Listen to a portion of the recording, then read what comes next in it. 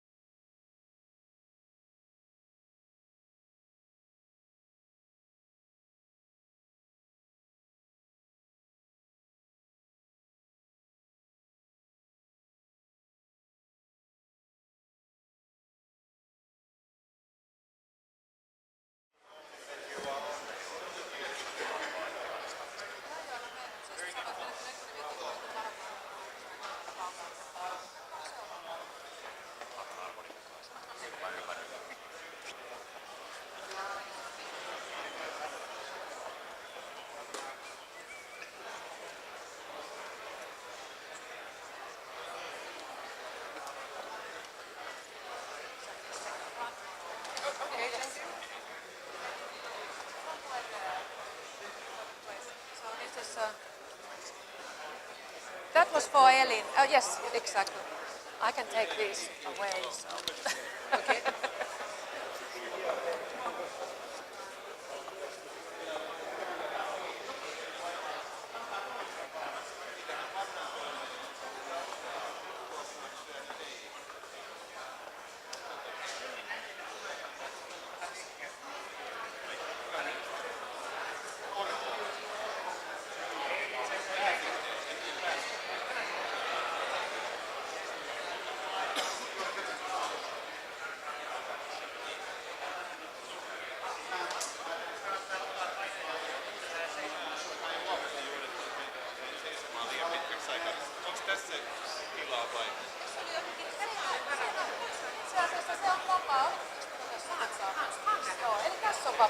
Joo.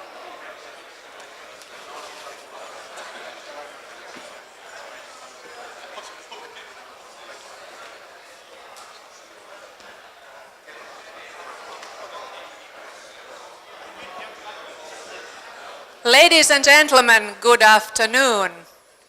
The Research Institute of the Finnish Economy, ETLA, welcomes you to our seminar on globalization, What's the Story Now? My name is Tytti Sulander and I'll be your guide here today. I will lead you through this exciting afternoon that takes you through the years of globalization. Program you'll see right here.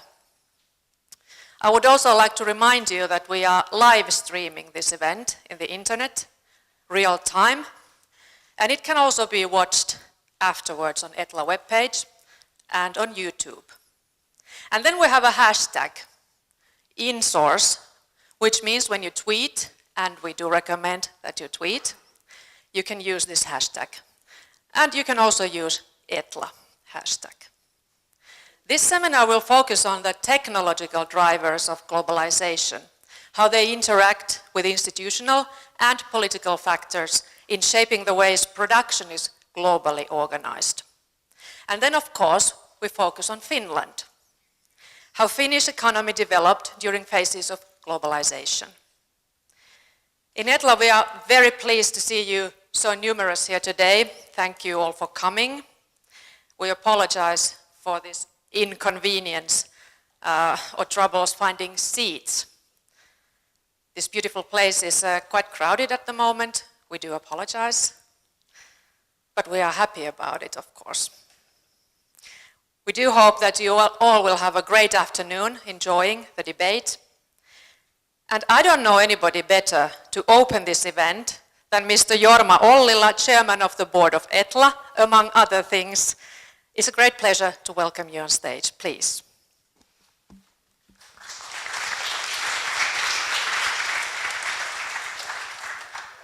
Thank you, Lucy.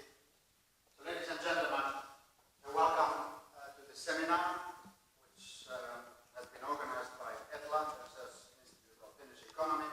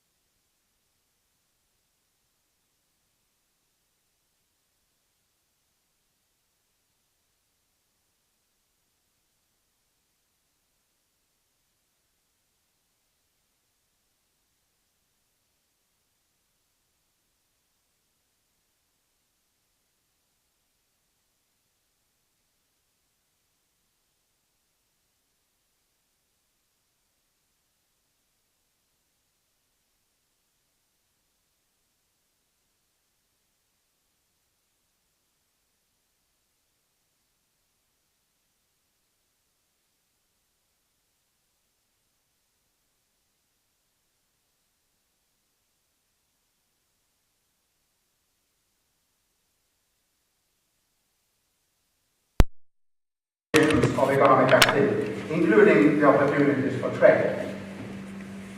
The improvements of information technology were a key driver, if not the key driver, of the emergence of global value chains during the last 25 years.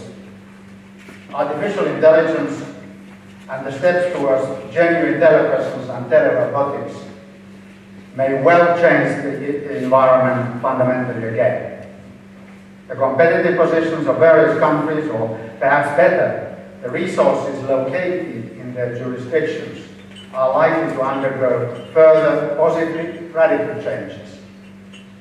So it's not at all clear what the global economic interactions will look like, say, in 5 or 10 years from now, and what the evolving environment might mean for a small country like Finland.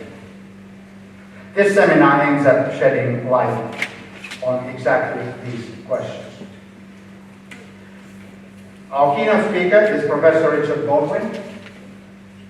It is hard to think anybody better suited to discuss the general trends in international economic interactions and the associated policy challenges than Professor Baldwin. He is one of the leading experts on globalization globally.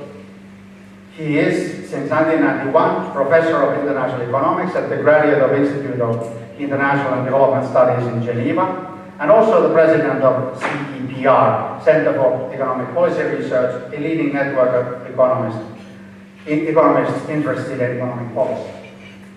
Richard Baldwin did his undergraduate studies at the University of Wisconsin-Madison, obtained his Master's of Science degree at the London School of Economics, and PhD degree from Massachusetts Institute of Technology, MIT, where Paul Krugman was his thesis supervisor. Apart from the Graduate Institute, Mr. Baldwin has taught and done research at the Columbia University, MIT, and Oxford.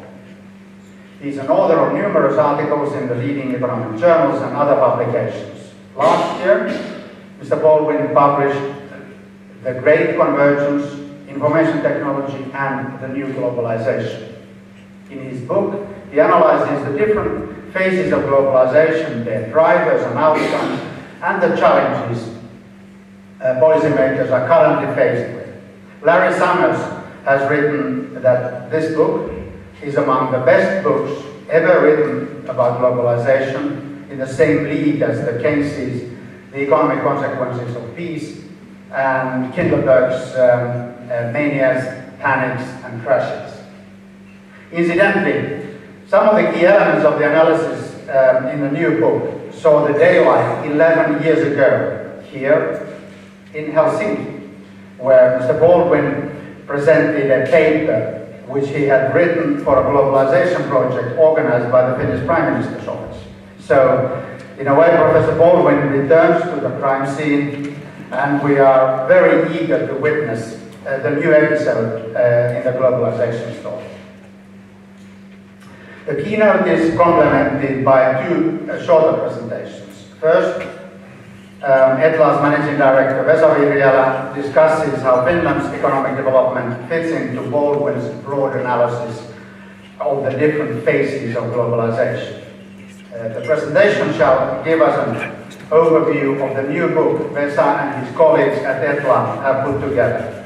The book, Riding the Wave, Finland in the Changing Tides of Globalization, is available free of charge to all seminar participants. I think many of you are sitting on it at the moment. Please enjoy reading it later. The third presentation is one where ETLA Tieto's Managing Director Petri Rovinen gives us the gist of another new book which deals with outsourcing in Sweden and Finland. This book summarizes the findings of a joint Finnish-Swedish project on the theme. Finally, we will have a panel discussion in which the audience is most welcome to participate. Economists instinctively think that trade in its different forms is a good thing. Sometimes this belief has led us to overlook the fact that the benefits come with adjustment costs and may not be shared by all. Some may suffer as well without appropriate policies. While I see no reason to reconsider the basic tenet of economic theory about the role and importance of economic openness, the recent backlash against globalization is a reminder to all of us that managing transitions well is of paramount importance. But how to do it well is a difficult question and requires a deep understanding of the underlying forces and their likely impacts. The purpose of this seminar is to help us all grasp better what's going on and what challenges are going forward and what policy options we do have. Once more, welcome to the seminar, and please, Richard, the floor is yours.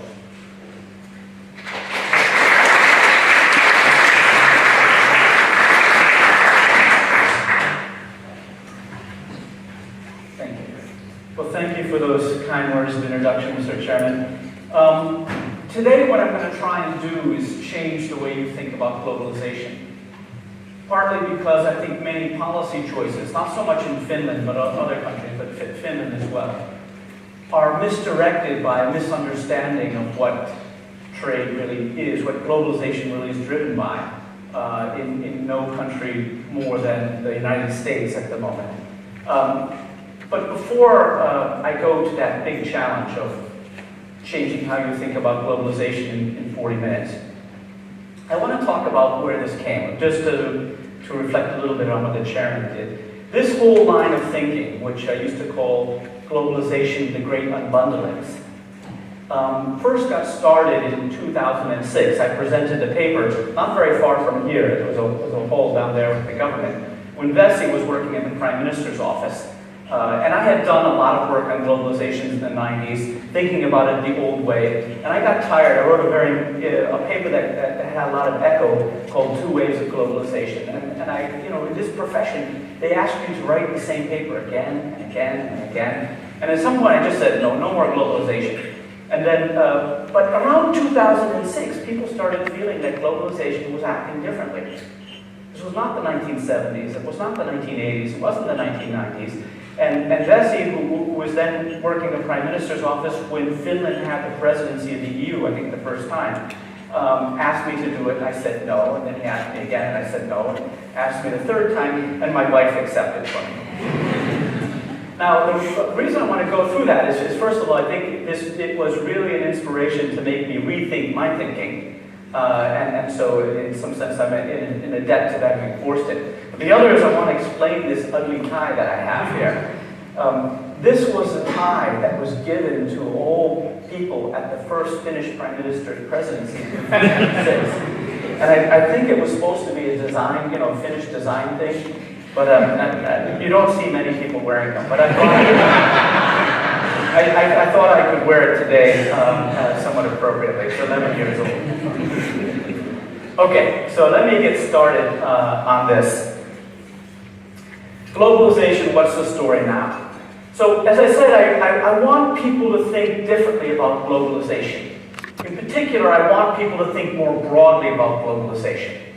Because globalization changed. Perhaps in Finland, you're a little closer to that than in many large countries where they managed to go through the different waves with most people not knowing what's going on. And we have the chairman of Nokia here, so I think the notion that globalization changed, I don't think it needs to be brought home too much.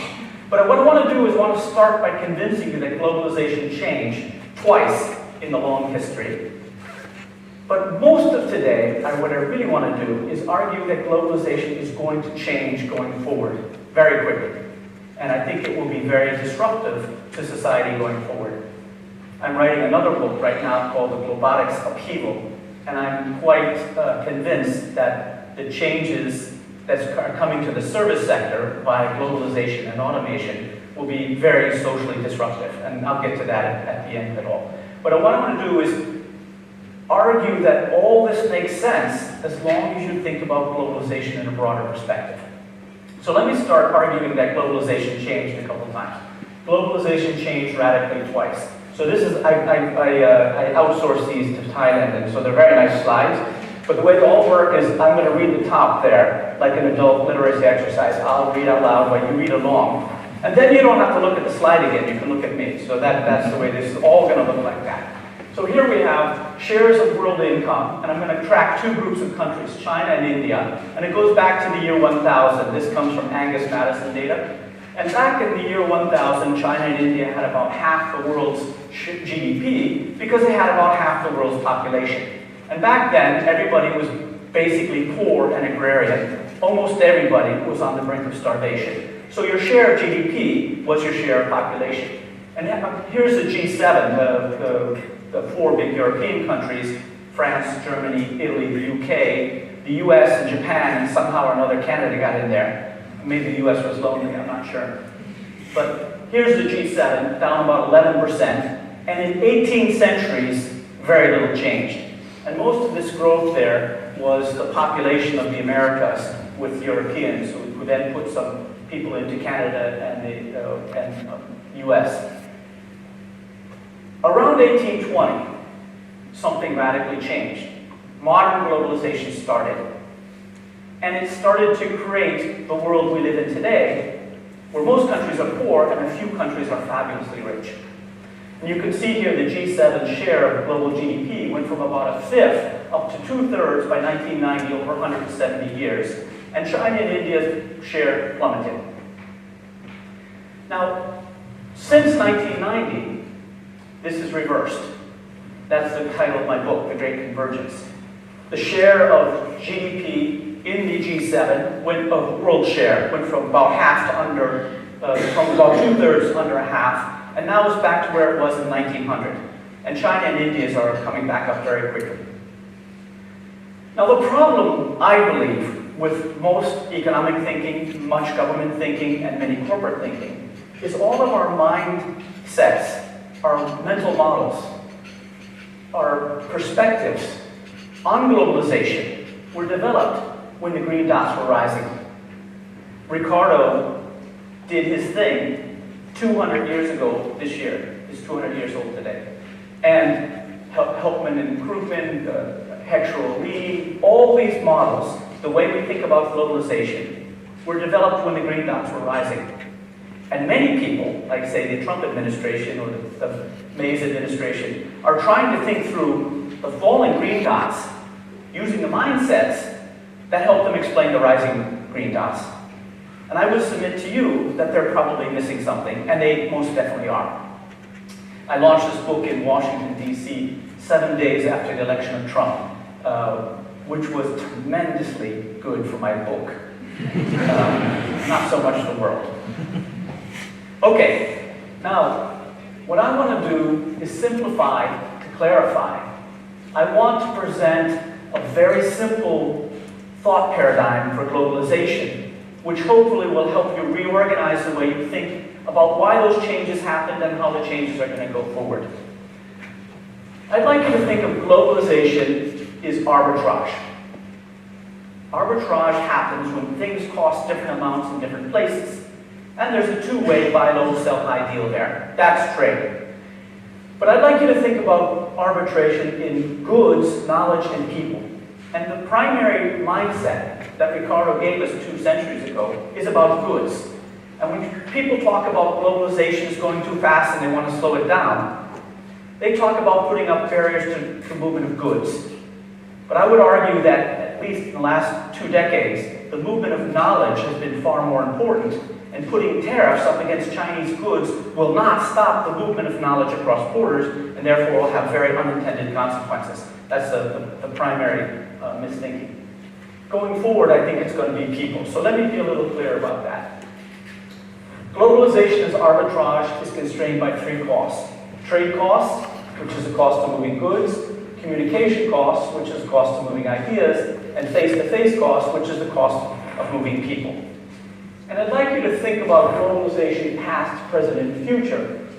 Globalization as arbitrage of goods was the old globalization, up to, say, 1990. Arbitrage of know-how or knowledge is the new globalization, which started after the ICT revolution, made it easy to move knowledge across borders and keep control of it. And future globalization, I think, is going to be in labor services as we develop very good close substitutes to face-to-face. So here we go. What I'm going to do to explain this is I'm going to go through a couple 100 years of history in about 3 minutes, well, maybe 4 or 5 minutes, to explain how the development of history fits into this model, and hopefully that will give you the confidence that may allow us to use this model or this paradigm to think about the future. So, you ready? 200 history, 5 minutes? You probably don't want to take notes on this one. Okay. Old globalization was triggered by the steam revolution in 19th century peace around 1820. The cost of moving goods falls radically, cost of moving ideas and people fall much less, so we have one of the constraints falling. I'd like to call this the cascading constraint model of globalization, because it's going to be really important that they didn't all fall together, and the order is going to be historic. Low trade costs make high volume trade feasible, and national competitive advantage makes it profitable. So we went from a world where almost all production was bundled together at the village level. People were tied to the land because that's what people did. And if they needed any goods whatsoever, whether it was nails or candles or clothes, it had to be more or less made within walking distance. So the entire world geography was quite even. Everybody was poor, agrarian, not very far from starvation. I mean, obviously there were some kings and princes and pirates who lived pretty well, but the vast majority of people were poor because it was autarkic. And what the lowering the cost of trading goods did was allow production and consumption to be unbundled. And as it turned out, it was cheaper to make some things in one country than the other country, and so those countries started to specialize in it, and we got lots of trade. It became possible to buy faraway goods. That's the standard paradigm of globalization. But I would point out that this led to something important. A strange thing happens. Production clusters locally as markets expand globally to save on communication, not trade costs. So here we have, in the old days, just pre-globalization, dispersed production, where there's small world, small production facilities. Then when we get a bigger world because of trade costs coming down, we get big production facilities. Or in particular, it became worthwhile to adopt very scale-intensive techniques when you're selling to the world economy. But those techniques are very complex. And in order to coordinate that scale-intensive production, they put it all together in the same building, or at least in the same city. So the geography of industry dispersed globally while it clustered locally. It had not to do with the trade costs, it had to do with communication and face-to-face costs. But that changed everything. Microclustering ignites the bonfire of innovation and modern growth, which led to the Industrial Revolution and 19th century growth takeoff in the rich countries.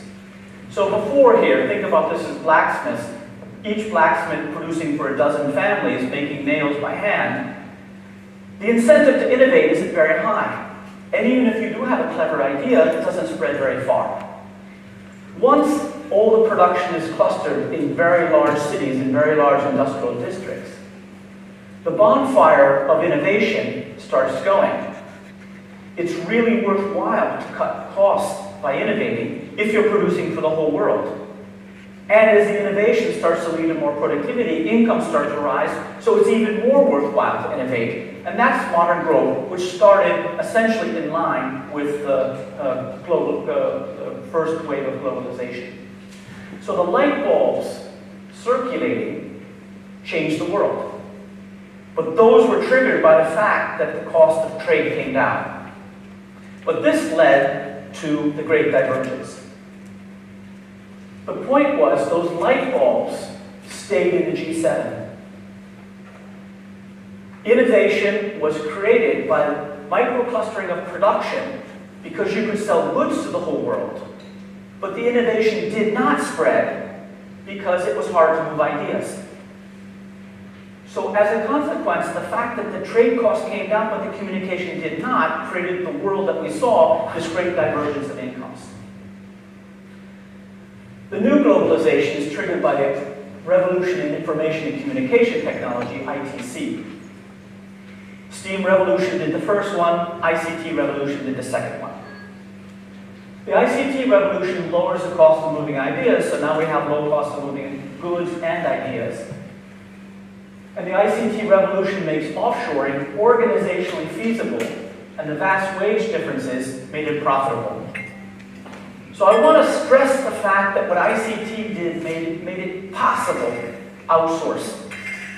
So there's a company who makes business jets in Canada called Bombardier, and they make the tails of some of the jets in Mexico. Before the ICT revolution, that would have just been bonkers to think you could make the tails of jets in Mexico and ship them up to Canada and bolt them onto the plane and have the thing fly. I can see many people, my generation here, who organized things before we had email. Before we had airmail. You would send out something like this a year in advance. You send out a bunch of letters. You wait till they come back. You'd have to chase them on the phone. It was impossible to think that you could produce goods in a faraway country. Organizationally impossible. The ICT, especially with simultaneous communication, made that possible. So the microcluster went to unbundled production. That's the second unbundling of production. And everybody's noticed this: offshoring, outsourcing, fragmentation, foreign direct investment. But you're looking at the wrong thing. Those are the things we can measure, but it's not what changed the world. Globalization as knowledge arbitrage begins to ensure the offshore production fits G7 firms' offshore know-how with the jobs. So we went from knowledge staying at home to knowledge being offshored. So when you think about what happened in China, do not think about comparative advantage. Do not think that they joined the WTO and that allowed them to export goods that they could already have done if only the tariffs had been lowered. What happened there was America, Japan, and Germany taught Chinese to do things that they couldn't possibly have done. It was a brand new combination of high-tech, low-wage. Before this, you had two options: high-wage, high-tech, or low-wage, low-tech. And up to this point, 70% of all manufacturing was done in the G7, so high-tech, high-wage won. Now, you could combine them.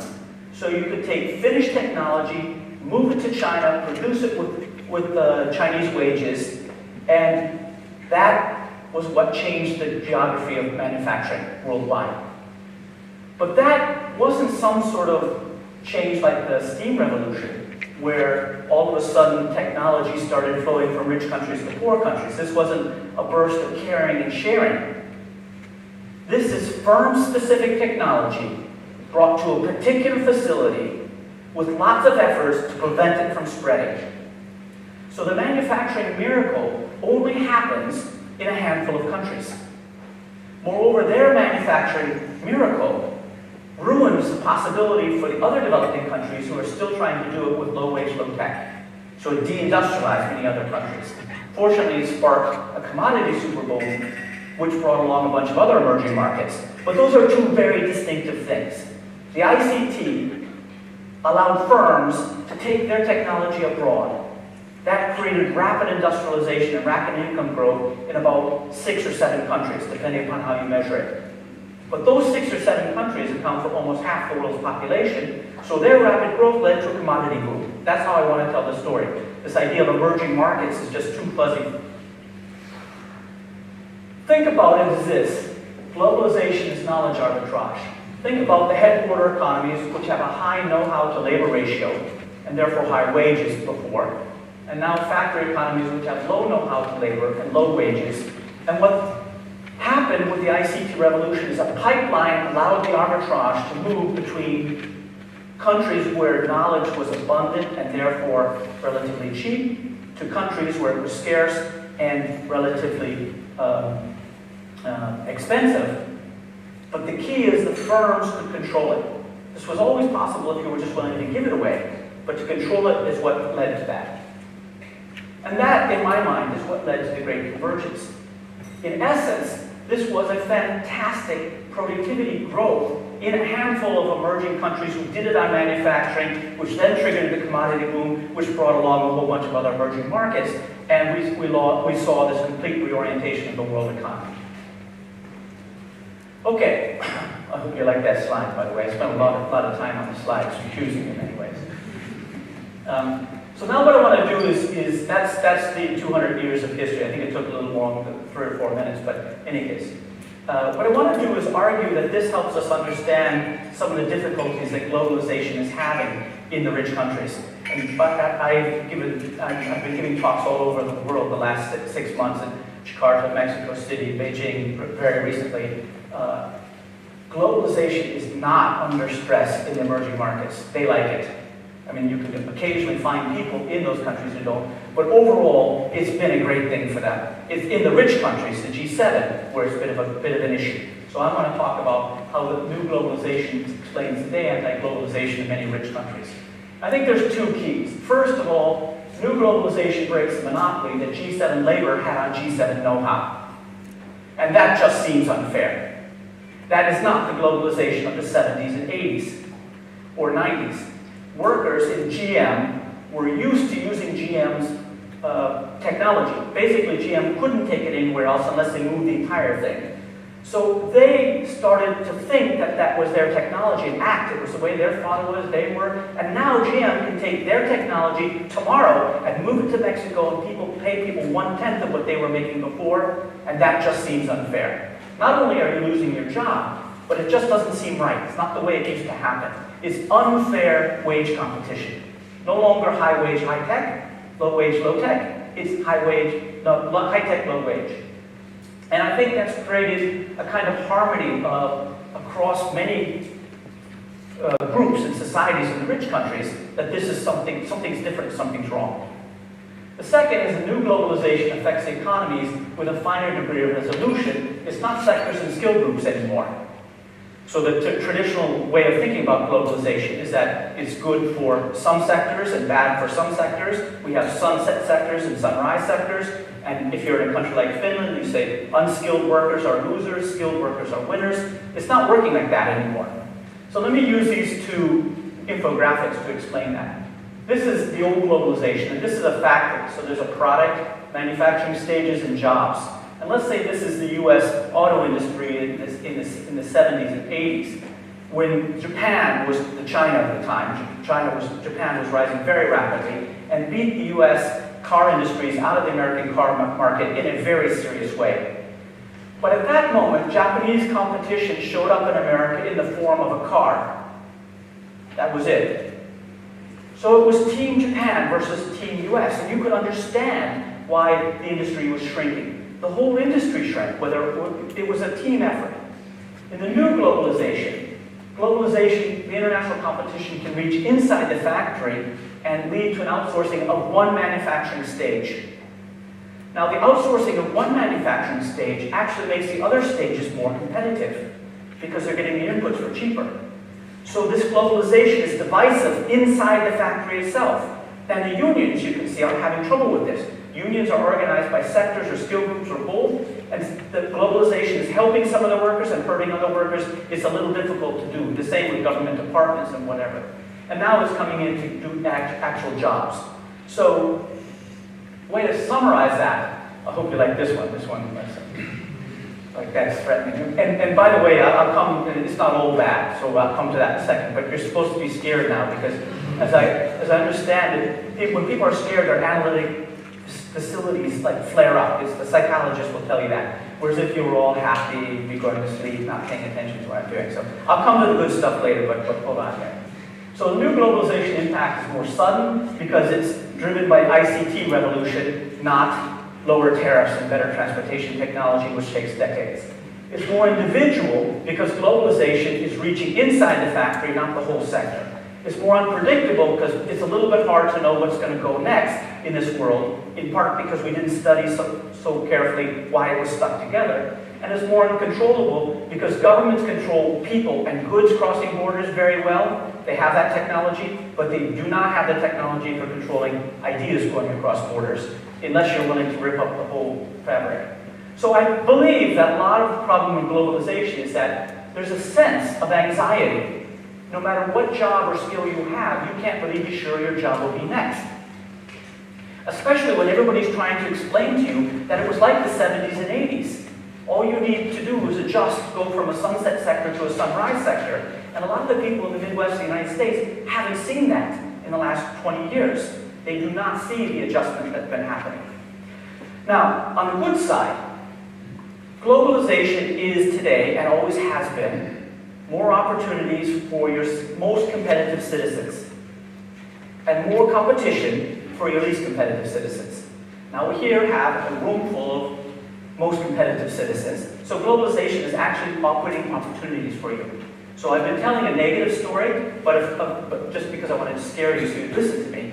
But actually, it's been wonderful for all of you. And if you've been listening to what I've been saying, it's knowledge which has become more valuable by these changes. Whether the knowledge is clustered in a company or stuck in your head, you can leverage your knowledge on a wider playing field, and knowledge is non-rival, so you can leverage it in many places at the same time. You don't have to decide. So I think at least part of the income inequality in the rich countries, which is moved towards knowledge, the 5 most valuable companies in the world are knowledge companies. They don't make anything. Okay, now we talk about the future. Because the future is unknowable, but also inevitable. Now the reason I put that up is because I have this bad habit of sounding like I believe what I say. I get it from teaching to undergraduates. And up to this point, I really do believe what I'm saying. But now I'm talking about the future, which by definition means I'm going to be making it up. So if I sound like I believe it, it's really to provoke you into thinking about the future. There are no answers, but I'm pretty sure that people are not thinking correctly about the future, and they most definitely aren't thinking hard enough about the future. Okay, here's my view of globalization. We're going to need a bigger boat. I think globalization going forward will be far more disruptive than the globalization that we've seen so far. I think, just to give away the punchline before I tell the joke, I think globalization is going to come to the service sector in the rich countries. People will face what looks like direct, unfair wage competition from low-wage, highly talented people sitting abroad, charging little money. How many of you telecommute ever, work from home? Just raise your hand, please. Okay. Now, let me just guess. So if you're telecommuting from an hour or 2 away, how far? You're a bit more. Okay, so a few hours. But why couldn't it be 2 or 3 time zones away?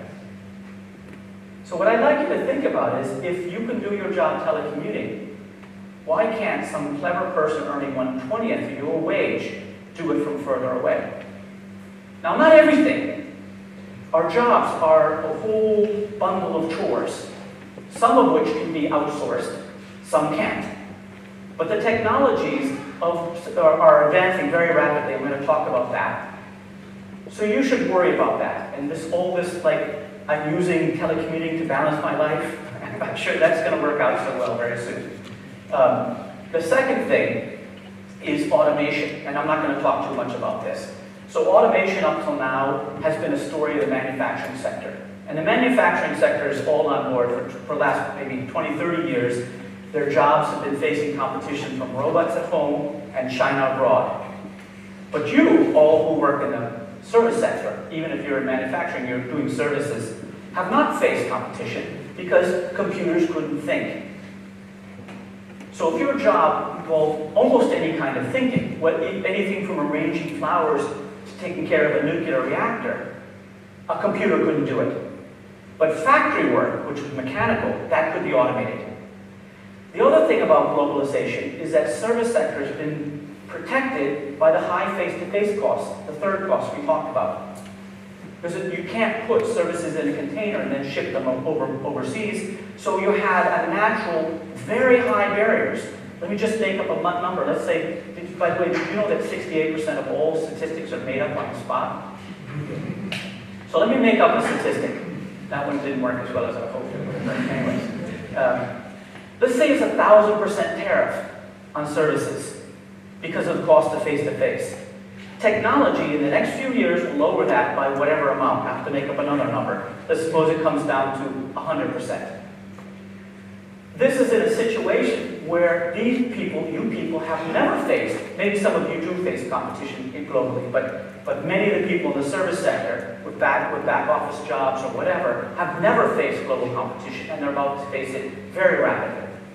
Okay, so the idea is what happens when the third constraint on globalization is relaxed. So we have also low face-to-face. And I'm not talking about Star Trek teleportation. I'm talking about telecommunication. In particular, instant machine translation melts the language barrier.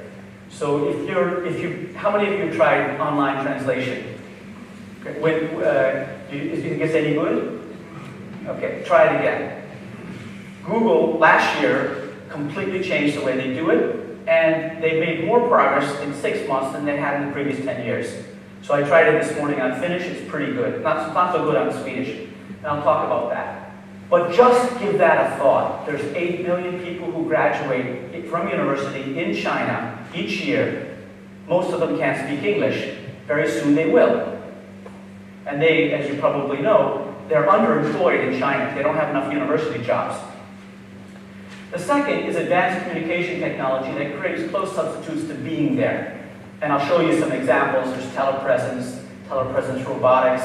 People are talking about using augmented reality or virtual reality, photopresence. There's a number of technologies, none of which are Star Trek. It's just they're a little expensive for the moment. And also, companies are reorganizing to make remote work more easily. It's a bit easier for everybody. So they're switching to matrix structures, project orientation, and they're adopting technologies like Slack or Trello, project management, which makes it easier to slot in remote workers. That is not being done to facilitate globalization, but it will facilitate globalization. As the companies make it easy for people to telecommunicate inside rich countries, they are at the same time going to make it easier to globalize that. Okay, so let's think about this. Technology is opening up a new pipeline for virtual migration, or virtual globalization. So this labor is going to go to those high-wage jobs without moving. Now obviously that won't be everything, but on the margin it could be very disruptive, and I suspect it will be. All right, let's go through some examples. I want to convince you that this isn't science fiction. It's like I like to say, that things have changed so much, not even the future is what it used to be. And I want to argue that the future is already here with this sort of stuff. Most of us aren't paying attention to it. So the idea is that remote work today, telecommuting, is leading to globalization of the service sector tomorrow, virtual globalization or telemigration. So this is what's going on now. This is Hollywood in Chicago. It's the one I found on the internet. I don't know why Hollywood in Chicago, but in any case. And this is international remote work where everybody's connected.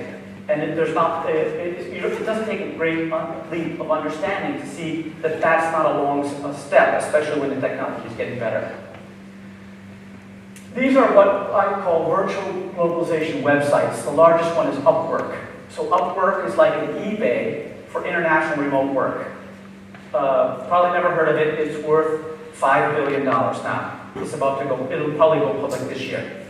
So what it does is it handles the payments and some of the sort of certification and the work is done. It's just like eBay. They provide the mix between micro. This is the biggest one. But Fiverr's another big one, Working Nomads, Amazon, Mechanical Turk in the United States. But there's a whole bunch of them. Right now, this is this Cambrian explosion of innovation. One or two of them are going to win.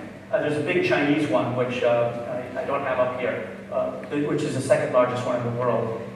These will be the next Amazon or the next Google. And what they're doing is allowing wage arbitrage. And there's an enormous amount of money to be made in wage arbitrage because the wages are so different. So hark back to what I said, globalization is arbitrage. Now, 200 years of globalization is pretty much arbitrage most of the price differences in goods. They're not that different. There's still some money to be made. Knowledge, since this has been going on since the ITC revolution, much of the simple offshoring has been done, especially to China. And as you mentioned, it's been overbuilt and maybe oversold, but it's still going on. But the really low-hanging fruit's gone. Where there are still enormous arbitrage is in wages. And for example, if you take a professor of economics doing my job in the Philippines, he earns less than a 20th of what I earn. And he may very well have a PhD from the US or Europe as well. So, the second part is machine translation is no longer Star Trek. It's for real. I don't know how many of you are Star Trek fans, but yeah. Is that two in the whole audience? Are you kidding me? So how many saw this on TV, Star Trek, this episode? Oh, come on. All right. So this is where they're on trial and in some foreign place, and of course they can't understand them, so they have the universal translator to their ear. The thing's the size of an old-fashioned transistor radio, but still. That's for real. This is what it looks like now. This is called Pilot. It's becoming commercially available this year. But it works on an iPhone application, which you can download right now. iTranslate is very good, both verbal, and also if you use your camera, you can, like I was in Japan a couple weeks ago, and for the first time I could go into a sushi restaurant and actually understand what I was ordering. You just hold the screen up like this, and it translates it instantly into English. It's pretty good. It depends upon the major languages. But Google Translate is one.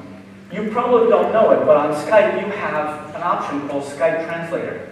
So you can talk to somebody in Spanish while you're speaking English, and they hear you in English. They hear you in Spanish, and you hear them in English. Skype Translator is an option which you can use right now. Most of you don't know that, but on YouTube, many of the foreign language videos, if you just go to settings and go to captions, if you do auto-translate, it will, through natural language processing, automatically translate it into captions in English. This is true right now. So instant free translation of language is not science fiction, it's very good, and I'm going to talk about, it's going to get better very quickly. Let me talk about why. So why now? The machine learning translation and machine learning revolution, that's the new thing. I was at Davos this year and everybody said, forget about everything, think about machine learning. And if you don't know what machine learning is, go home and read up about it because it's going to change the world. So it's based on unbelievable increments in computing power. And this is why it surprises us. So from Apollo 11 in 1969 to the iPhone 6S, this one, was an increase in computing power of 120 million times. The difference between December 2015, when this came out, and mid-2016, when the iPhone 7 came out, was another 120 million times. And between mid-2016 and the end of this year, another 240 million times will come online. And you know the math here. But the point is people hear about doubling in growth rates, but they forget about the increments. The increments are just phenomenal. And as a consequence, they've been using this to train incredibly large statistical models on language translation, which is why they can do things this year that they couldn't do in 2015 because computers weren't good enough. So this is the way I like you to think about this. This is my explanation for what's going on, the holy cow moment. There's a variety of ways of saying it, I'll say them all. So our brains evolved to understand a walking distance world. Our brains evolved to understand motion when a spear in flight was really fast. And as a consequence, we tend to think the future is a linear extraction of today. Tomorrow's going to be like yesterday, only a little more so. So we tend to extrapolate technological trends in a straight line. But that's not how digital technology advances. It advances like this. You have imperceptible growth for quite a long time, because although it's going 100 times, it's going from 1 penny to $1. The next step is $1 to $100. And the next step is $100 to $10,000. So for a long time, when AI came out, everybody goes, oh, it's going to change everything, you know, robots, Jetsons, will all be... Nothing happened. It wasn't very good. And now we're hitting the elbow of the exponential curve. And when that crosses the walking distance, we get what I call the holy cow moment. And if you try and translate, you will experience holy cow moment right now. Eventually it hits the law of diminishing returns, and you know it can't go on forever. But we tend to overestimate the impact of technology in the short run and underestimate it in the long run. And when we flip it, that's called Amara's law. If you flip between the two, you get the holy cow moment. And I think that's what I'm worried about with globalization. Okay, so machine translation is based on machine learning revolution plus unbelievable amounts of language data. So there are billions of paired sentences that have been put online, all UN documents translated into the 6 official languages. So if you speak one of those languages, that's going to be translated very, very well. And Google's really good at those languages. Especially if you speak like a UN document. It's not going to be good on rap songs. But really, all they do is Google Translate does not understand language. It has just seen a billion paired sentences and constructed a model. Start. Let me see, cancel. How do we get rid of this thing? There we go. Okay. I was tempted, I should have told Siri to turn off the timer. It would have been AI sort of thing. But in any case, the EU Parliament and the EU Commission put on another billion sentences paired, and the Canadian Parliament put all the French and English translations. So I don't know why Finnish is so good. Maybe you put the Swedish translations online, and then they did Swedish, Finnish, I don't know. But in any case, these data, huge data, together with huge computing powers, changed everything. Okay, so machine translation will transform the global competition for service sector and professional job. Just to give you some numbers, today there's about 144 million gifted people in the world, counting the top 2% of the intelligence distribution. About 1/7 of them speak English, let's say that's 20 million. Soon the other 124 million will be telecommuting into the global workplace, providing direct wage competition. So this is not comparative advantage. This is direct wage competition. They're in essence hiring a migrant in your office, paying him 1/20th of it, and with no severance pay, no contracts, no holiday leave, no contribution to the pension system, no health care. That's going to happen very quickly. So I'm going to skip over this because I think I've belabored the point enough. There's also a set of communication technologies which is going to make it easier to treat them as if they're side by side with you, even when they're on the other side of the world. So this is for real, it's called telecommunication. I suspect most of the people in this room have used telecommunication rooms. Yes? Hands? Okay. So that all the high-end banks and consulting companies have them. This one's like Cisco. You know, these people will be, let's say, in New York, and those people there in Paris, and they're in, say, Mumbai. It gives people the impression that you're actually in the same room. And as a consequence, it's easier to make deals because people feel almost face-to-face. It's disruptive.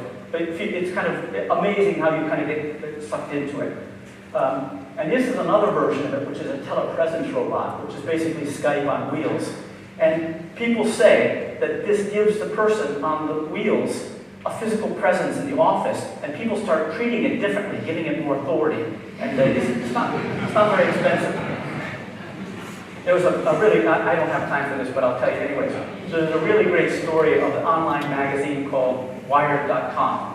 And there was an editor in Boston who was telecommuting into San Francisco, and she was using one of these things. And while she was talking to somebody, one of the jokers in the office picked it up from behind and shook it. And she felt violated. So now the Wirecom has rules about inappropriate robot touching. I kid you not. And actually, sometimes they have to pick up the robot and move it like someplace because it's kind of slow. So she goes offline, and once it goes offline, it's like a broomstick. So she turns off the virtual thing, and then you can touch the robot. So anyways, it makes a difference. This is hologram. The next one is telepresence for holograms.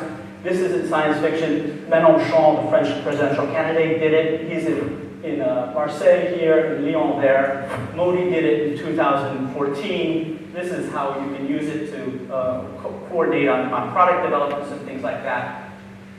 Okay, so all that's for brain services. Now let's talk about manual jobs. So before I go there, I'm staying in this hotel, thank you very much, ETLA. It's a beautiful hotel. And the people cleaning the room, they look Finnish.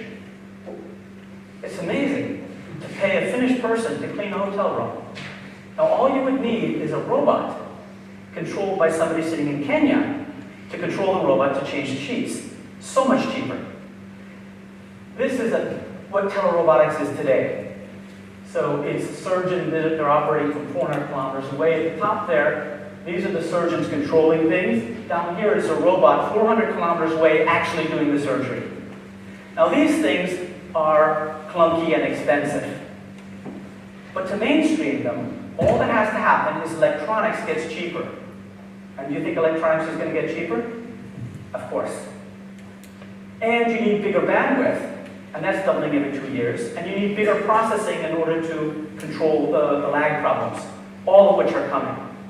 So in not too many years, every hotel in Helsinki will have telerobots controlled by people far away to change the bed sheets. Maybe there's certain things that some humans can't be, but that can happen.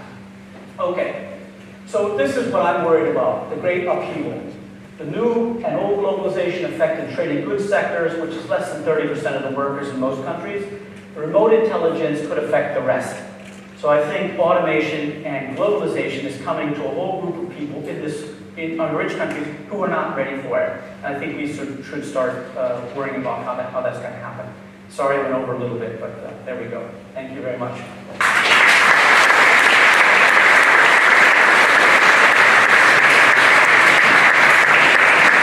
Thank you very much, Professor Baldwin, for your keynote. I think, wow, we have to let this sink in for a while, this tsunami. It was quite revolutionary, actually, and extremely interesting. Highly appreciated. Thank you. And a note for the audience, do not worry, we take some questions a little later on. But first we'll take a look at Case Finland, how Finland's economic history rides the wave of globalization, so to say. You all have the book already, I presume, by your seat. So next I welcome here one of the authors, Vesa Vihriälä, Managing Director of ETLA, please.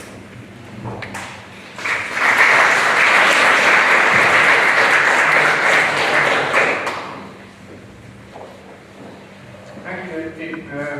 Very early slides. Forward. Okay, great.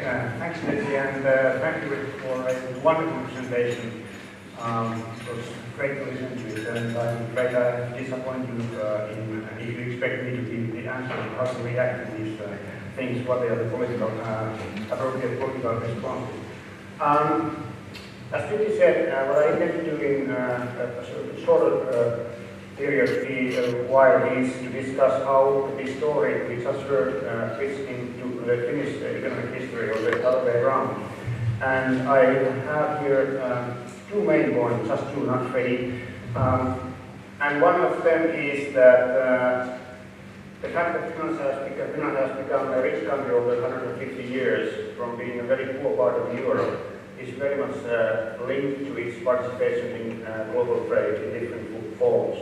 And secondly, that this has happened not because we have been saved from many disturbances or shocks, or that because we have exceptionally favorable endowments, but rather despite of these turbulences and rather ordinary endowments. And let me start by showing you a graph of the overall economic development in four countries. Finland is the black line, and there is the US, Sweden, and Germany. This is the real GDP per capita in logarithmic terms. And as you see, Finland used to be the poor country among these four for a very long period of time. At the same time, it grew quite fast throughout this period, and actually towards the end of the period reached pretty much the other European countries in terms of GDP per capita. You see the conversions a little bit better in this graph, where we compare the three Europeans to the US. Until about 1930s, Finland grew more or less at the same rate as the United States per capita. So we were at about 40% of the US GDP per capita. Then there were the 1930s, 1940s turbulences, and after that, after the post-war period, Finland has grown very fast compared to these countries. As a matter of fact, equally fast as Germany, which started from a very low position after the war. And throughout this period, Finland actually has been a pretty open country in terms of trade. Here you have the ratio of foreign trade to GDP. And as you can see, until the Second World War, Finland actually was more open in that sense than Sweden or Germany, not to speak about the United States. And after the Second World War, Finland's openness increased again from a low level created by the war, pretty much in the same way as in Germany and Sweden, and much faster obviously than in the United States. So what I intend to do now in a few minutes is to go through the different episodes Richard discusses in his book. The first unbundling divided into three acts, 1, 2, and 3, and then the second unbundling. And what has happened to Finland during these different episodes? When you start industrialization and globalization in Finland, Finland obviously wasn't an independent country, it was a part of Russia. And that was in mid-19th century. And obviously being part of Russia wasn't perhaps the best possible place to start modernizing your economy or your society. Russia wasn't known for such qualities at that time. Nevertheless, Finland had at least two advantages. One of them was that it actually had quite a lot of autonomy. It was an autonomous part of Russia, which meant that it could basically decide a lot about its economic policies and its laws, for example. Secondly, it had Swedish, I would say, Swedish traditions rather than Russian traditions. Swedish laws, Swedish-Finnish way of interpreting them. There had been no serfdom in this country, for example. So in these two respects, Finland was in a good position to start gaining from globalization. At the same time, it started with a catastrophe in the beginning. We had a famine which killed 1/10 of the population in a couple of years in the 1860s. So what did Finland do as a country in this period? It actually used all the ingredients that you find in the first unbundling story. Greater access to markets, importation of technology, entrepreneurs in a skilled labor to some extent, building infrastructure, and using these three elements, it actually built upon the comparative advantage Finland had in producing forest industrial products, which was the main resource Finland had. And as you saw in the picture, we grew roughly at the same rate as the rest of the Western Europe. Now, this obviously came to an end with the First World War. Again, there were some positives for Finland, including getting independence, But at the same time, the starting point was very dismal. We had the biggest economic collapse ever registered in the Finnish economic history.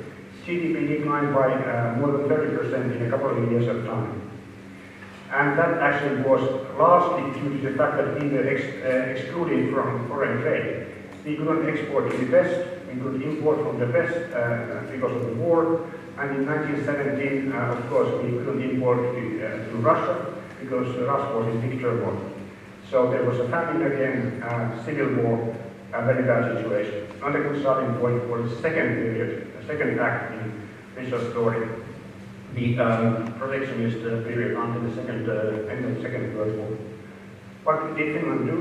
A lot of the energies went to internal reforms to help feed the population and to build some reconciliation among the population, with people, land reform, for example. But also, there was an important element in that we tried to keep our borders open for trade and actually promote trade, even in these rather bad conditions of protectionism. And we succeeded pretty well. Led again, like in the 19th century, by the expansion of forest industry and its exports, Finland grew rapidly at the same rate roughly as the rest of Western Europe. Then we came to the Second World War, which was a big shock to Finland, obviously, not as big as the Soviet Union or Poland or Germany, but nevertheless a big shock.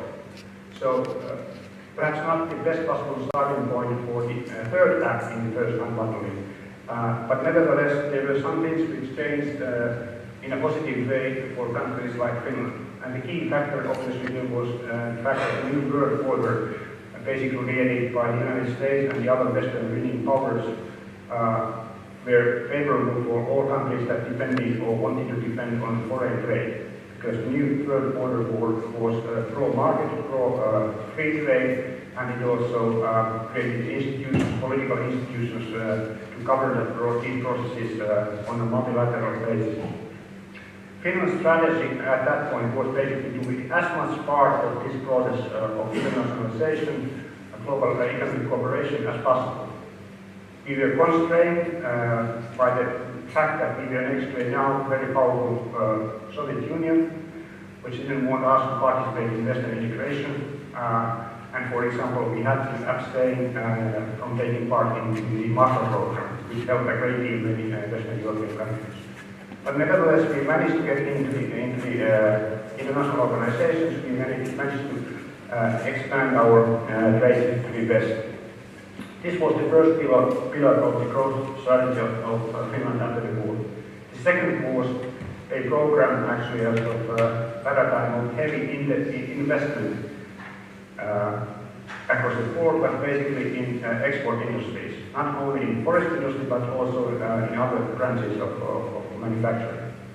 The third one we started at around 1960s was building up a welfare state based on the examples of Sweden and the other Nordics, which had started this process earlier. Expanding and upgrading education was a particular point of emphasis for Finland in this regard. What did we see? We saw diversification branch-wise in our economic structure, production. Not only forest industry expanding, but also metal industry expanding quite fast. There was obviously a decline in the share of primary production in Finland in favor of manufacturing in general, and then also later on services. And it was precisely this 40-year period when we saw this great convergence. This was the great convergence for Finland from the end of the Second World War until 1990, when we basically reached 70% of the US GDP per capita. Remember, it was 40% before the war. We reached almost the Swedish level, almost the German level. We were called the Japan of Europe towards the end of the 1980s. Some of us remember that still, because we were just in the middle of the boom created by financial liberalization. There were inefficiencies involved as well. We invested heavily, which also implied that part of the investment wasn't very efficient, implied foregone consumption. And there was quite a lot of instability in macroeconomic development. Nevertheless, it was a great period of convergence growth for Finland, the best ever recorded for such a long period of time. But that came to an end, as we know, and that came to an end for two reasons. One was pretty much the same thing that happened in Spain, Ireland, more recently, what happened in Sweden, Norway, at the same time as in Finland. We had a financial crisis created by a badly managed financial liberalization. But in the case of Finland, there was on top of this also a second big macroeconomic shock, which was the disappearance of the Soviet Union. Not the Soviet Union as such, but the trade with the Soviet Union. And that resulted in a crisis which was the biggest, or at least one of the biggest in the OECD area by that time. The GDP declined by 10%, employment declined by almost 20%, unemployment increased to 17%, public finances went deeply into debt. And it was a big societal catastrophe in different ways for Finland. There was, however, sort of silver lining in this crisis, which was twofold, I would say. One was that a lot of inefficiencies that had accumulated over time were eliminated at one go almost. Because many of the production that went to Russia served the domestic market were relatively low productivity activities. And given the squeeze, many of those things just were discontinued. They don't exist anymore. And the resources which were tied up with that production were free for other purposes. And the bigger thing, I think, for the longer term, for the future coming years, was a reorientation of policy. Not induced only by the crisis, but at least accelerated by the crisis. And here you can think at least three important points. One is the greater emphasis on innovation, promotion, through more money, public money being spent on R&D. The second thing was a further opening up of the economy through the membership in the European Union, which not only improved access to the Western European market, but also increased competition in the domestic scene. And then there were also some reforms, more reforms domestically, including tax reforms that reduced distortions. All these elements are things that according to economic theory are helpful for productivity and growth. So even though we were at a very low level of activity, sort of cyclically, and there were some difficulties and processes ongoing, we were in a way at a reasonably good position when a new phase of the globalization story starting. The second unbundling was unfolding precisely at the time when Finland was in this deep crisis, and it was transforming itself into a different kind of economy. And in the transformation process, Finland was obviously aided by a rather traditional means, which is a huge depreciation of the currency by more than 30%. Then we had Nokia, a company at the technology frontier in the ICT sector, precisely at the time when that particular field started to grow exponentially.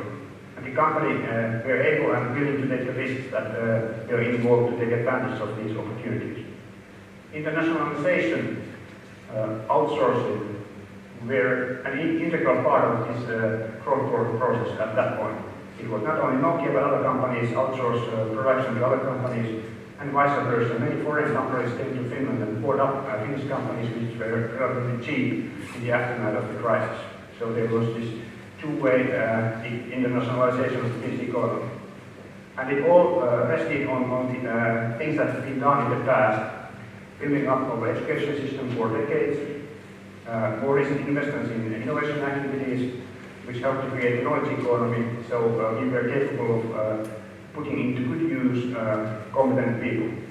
And what we saw was a very rapid productivity growth and economic growth as a whole. So even though employment increased as well, it was obviously mainly productivity that increased. We came to the sort of global frontier in many fields.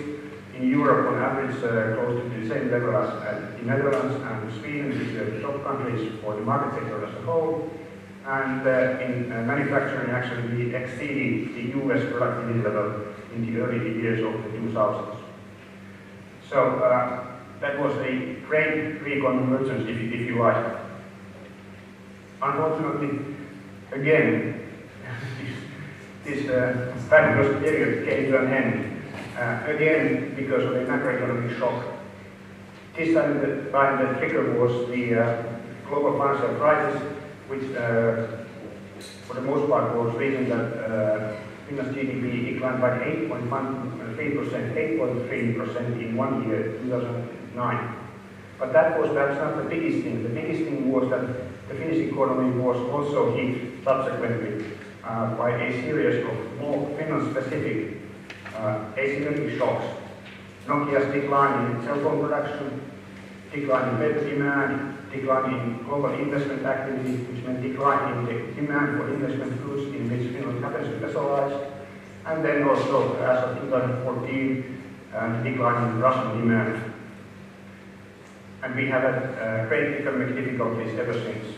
Last year, 8 years since the beginning of the crisis, Finland's GDP was 4% below the level reached before the crisis. In the Eurozone, which is not precisely the most dynamic area globally, it is 4% above the level reached before the crisis. So there is this big question, why on earth a country like Finland, which just a few years earlier was considered to be one of the most competitive countries globally, struggles so badly to recover. Now, this is much less than 200 years from the French Revolution, as so invited, so we don't know yet for sure. But I think we can easily list three things here, perhaps in the order of importance. First is that the shocks actually were very big for the size of the Finnish economy. That's one thing. And most of them were permanent. Cell phone production is not going to come back to Finland ever. In the same sense that it was here previously, for example. Second, cost competitiveness did not adjust in the same way it did not adjust in the early 1990s when we had the previous crisis. Now it was prevented doing so because of we don't have any own currency. And the labor market had not changed accordingly. And thirdly, and I think this is the most problematic part of the story, it is that perhaps after all, the Finnish companies haven't been capable of producing new things, completely new things for completely new markets.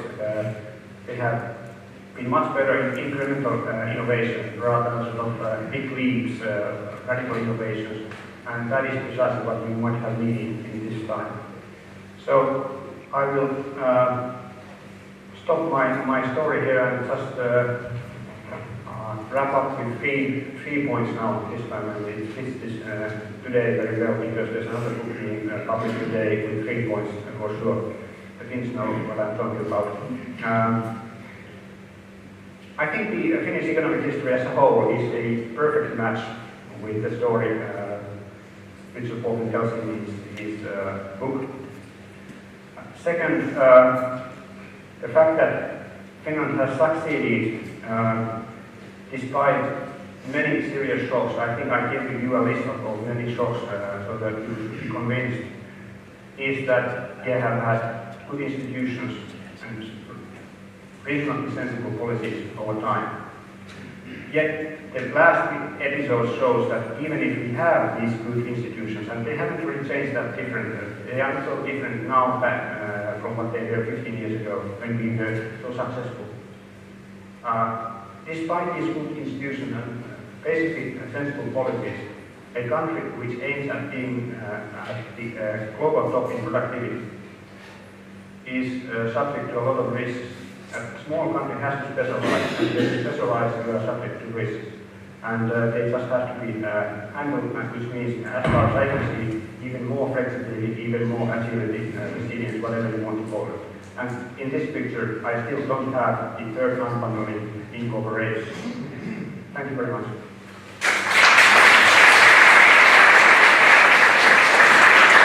Thank you, Vesa, for your analysis. We go straight ahead and take one more presentation. This is short, and it's a sort of summary about outsourcing in Finland and Sweden. This joint Finnish-Swedish project is a collaborative research project of ETLA and KTH, that is Royal Institute of Technology in Stockholm, Sweden. And as you have already noticed, you have another book by your seat. This one. Well, this next presentation is about that book. I welcome here Petri Roupinen. He is one of the authors of this book, and he is also managing director of ETLA. Please. All right, thank you. So indeed, as Sylvie said, in fact, both books today and Richard's visit here are part of the InSource project, so a joint effort with ETLA and the KTH in Stockholm. And Satoman as well. I hear a lot of echo.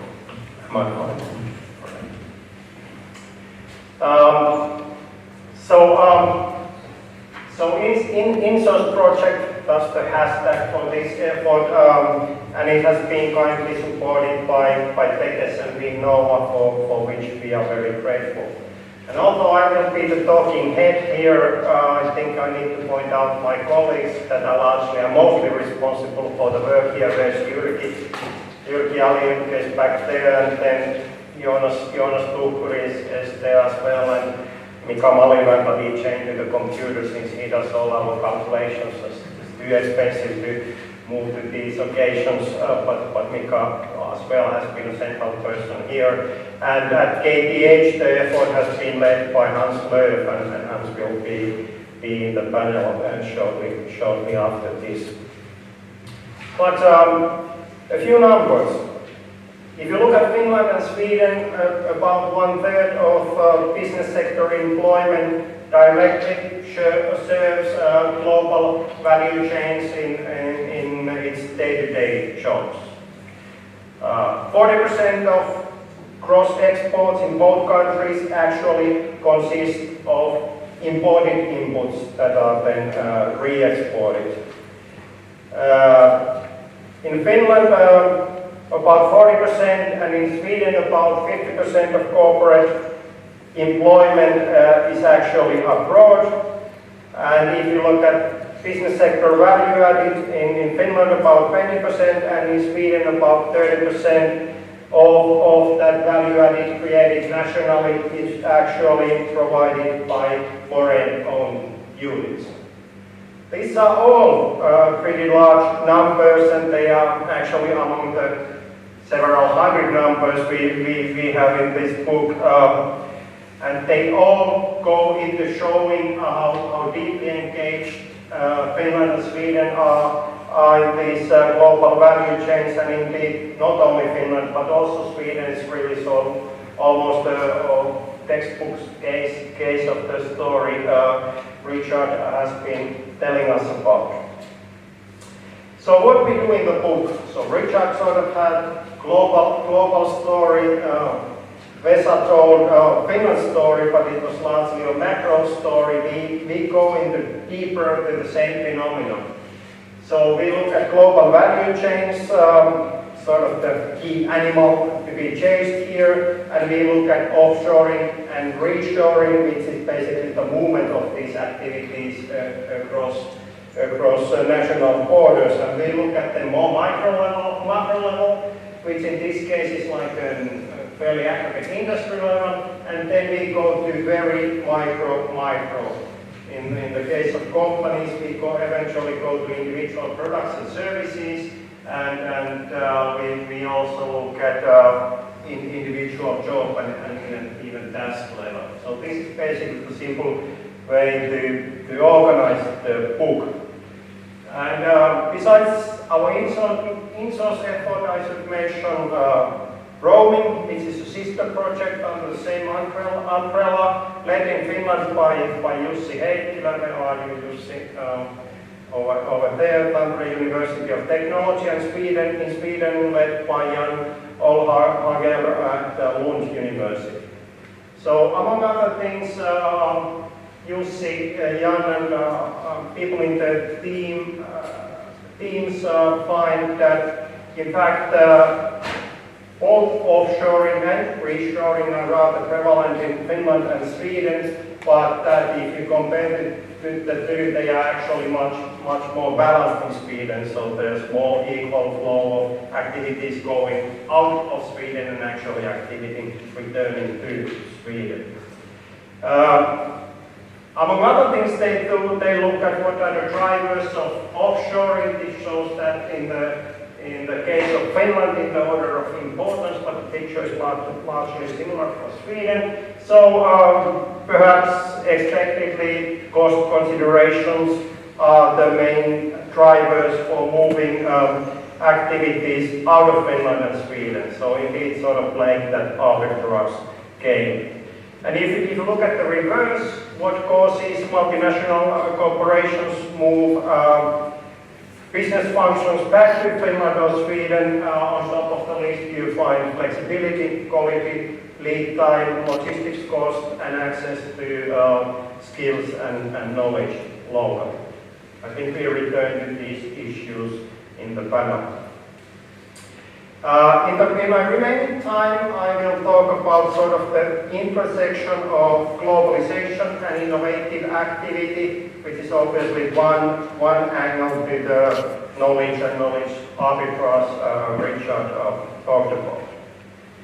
So, in fact, as was inferred before, if you look at outsourcing and offshoring and geographical dispersion, it concerns more manufacturing industries and services, and when you go into manufacturing, it mostly concerns the fabrication or direct production stages than other stages or functions within manufacturing. So in fact, if you look at innovative activity, it has certainly gotten more dispersed geographically, but by and large, it's actually still taking place at the home economies of multinational corporations, and indeed there's reasons to believe that might be about to change, but as of now it's a fact that especially the most strategic aspects of innovative activity tends to be close to the home base. So Richard talked about multinational corporations that basically take knowledge created in the north and exploit that in the south, so to speak. Well, an aspect you did not emphasize is that in the process of this, so outsourcing and offshoring, knowledge concerning how you manufacture or fabricate something, it has become shared. Not intentionally, but nevertheless the outcome is that knowledge on the fabrication stage is shared, increasingly shared globally, and that means that the economic value added derived from that stage has diminished. So a reaction that many of the Western manufacturers companies have taken is that they basically move to services from the manufacturing base. Another consequence of this, shall we say, almost trivialization of some aspects of fabrication is that in relative terms, innovative activity has become much more important in terms of defining where value added is created and captured. And obviously we talk loosely about innovative activity and R&D, but when you look closely, for instance, R and the B in R&D, research and development, are rather different. So the development part is much more prone to geographical dispersion, and if you look at what determines the locations of the R part and the D part, they are different. So the R part typically seeks top local talent, obviously, but it also needs actually relatively large, world-class urban environment that's attractive per se, but are also of the type that you can bring international recruits to that environment and they are likely to enjoy it. And obviously, being in the proximity of suitable universities and suitable sometimes means field, but it also means that universities need to be entrepreneurially oriented in the sense that they do want to interact with corporations. If you look at the D part, it's much more focused on the local market size when locations are being decided on, and obviously cost factors as well are more important. We go rather deep in looking at the co-location of direct production activities and R&D in this book.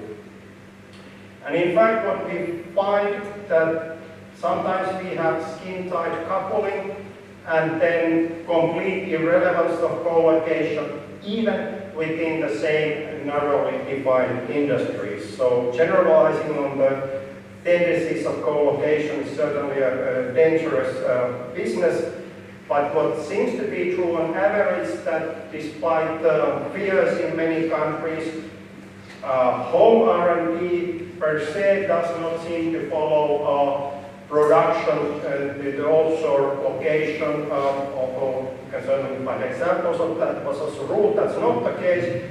But then again, if you look at the R&D activities are ramped up in terms of putting new investment into them, that's often in the location where the corporation happens to be active also in terms of production.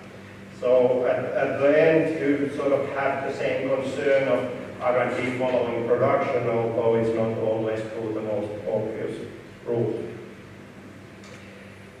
We also look at innovation jobs, and if we simply look at the task composition of innovation jobs, in principle they seem fairly offshore. So a large fraction of them could be observed simply if one makes that analysis on the basis of the task composition. But when we look at the realization, relatively little, at least compared to production, relatively little of that innovation job offshoring actually takes place.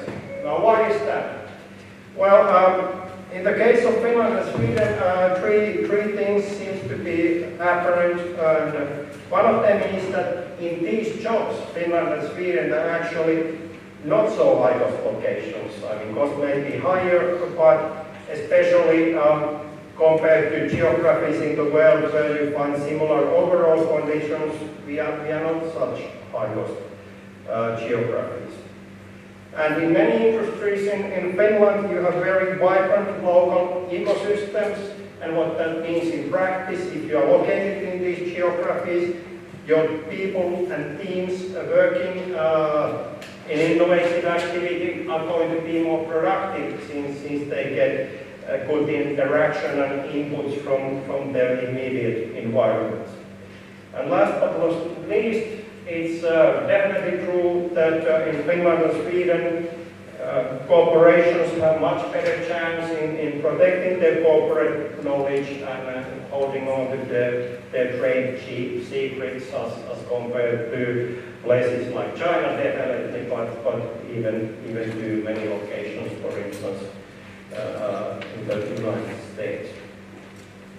So we also look at some policy issues, and I sort of bundle those under a few headings. And you can find more discussion of these in the book. But indeed, this all concentrates now on the innovative activity. And we find that in order to be attractive location for multinationals, innovative activity, you actually need to have an internationally well-connected, well-functioning city-level innovation ecosystem. And indeed, if you look at simply numbers, we see that especially the R part in R&D, when you see movements across borders globally, they often tend to concentrate to relatively few megacities worldwide. And it seems like Stockholm is just big enough to be on this megacity list, and Helsinki is just on the borderline whether we actually have enough critical mass to be attractive in this respect. Well, consistent with the first point is that a nation state should have active conscious policies in attracting and keeping high potential individuals of foreign origin. Now, this is certainly something that Finland has struggled with over the years, and we are currently struggling with this in the context of startup visas, and this is something that Sweden has certainly done somewhat better. Innovation policy, well, innovation per se is definitely more important for corporations and nations. And it seems like by extension there would be more need for innovation policy at the national level. But it turns out that when you look at into more detail, innovation policy is a bit of a paradox. Because historically, as sort of Richard pointed out, the assumption was that you produce where the innovation activity was done, and if that's not the case, the challenge is innovation policy. And we discussed some more practical things to do in this domain in the book. And I think I conclude there in the interest of time. So, thank you.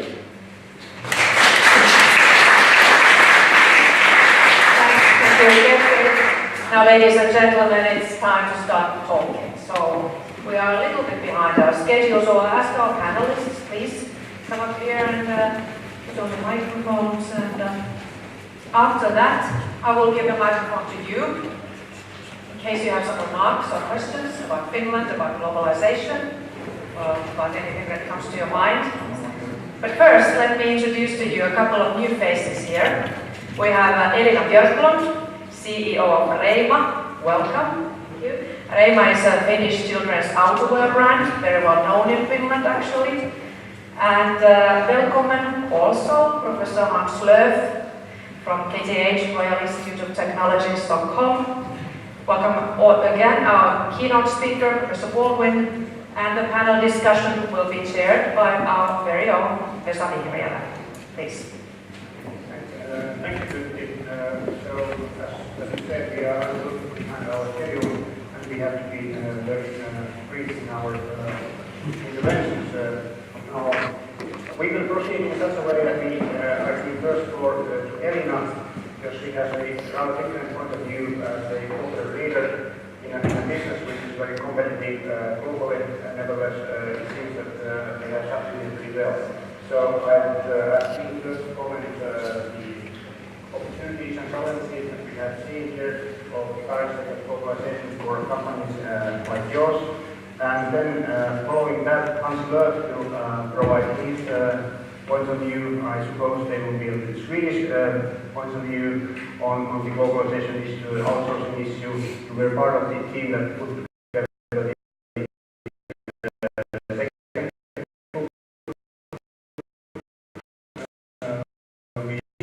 published today. And then finally, Richard will have a chance to comment everything that has been said so far. And then hopefully that has been short enough that we can have a lively discussion after that. We can spend a little bit more time than we have had in the program, but not very much. So please, Elina, go ahead. Okay. Thank you for giving the opportunity.